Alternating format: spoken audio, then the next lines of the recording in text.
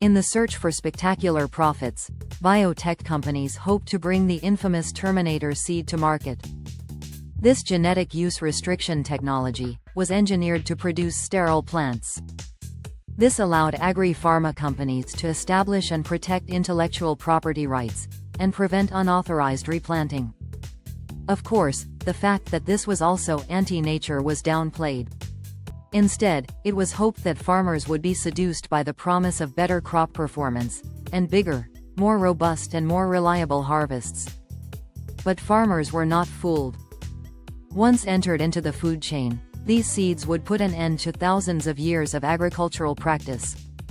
Farmers would no longer be able to harvest their best seeds in one year, and plant them in the next season. The reaction was immediate, global and 100% furious. The grains not only undermined traditional farming practices but would also increase dependency on multinational seed corporations.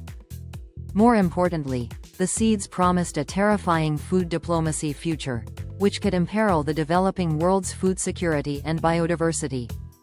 Farmers' groups, environmental organizations, indigenous communities, and many governments strongly opposed the Terminator seeds for ethical, economic, and food sovereignty reasons. In 2000, the United Nations Convention on Biological Diversity recommended a de facto global moratorium on the technology. 193 countries agreed to stop the field testing and commercial use of Terminator seeds. By law, India and Brazil banned research, testing, or deployment of Terminator technology. The global outrage forced the seed companies to back down. Terminator seeds gave way to hybrid seeds, which were equally criticized for creating a dependency on seed companies. Crucially, these hybrid grains came without the irreversible consequences of genetic sterilization. This made it easier to bring hybrids into the food chain. They gained the support of governments and aid donors, and are now used to grow commercial cash crops and food staples. So, what are the lessons learned from the international reaction to Terminator seeds, some 25 years ago? Was the Terminator program just a cynical psychological operation? Did biotech companies knowingly anticipate the negative reaction to sterile plants, and successfully use the food security nightmare to force countries to accept hybrid seeds?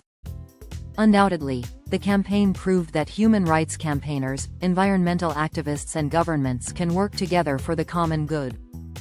This international coalition is needed now more than ever, to meet the devastating challenges of plastics pollution and climate change.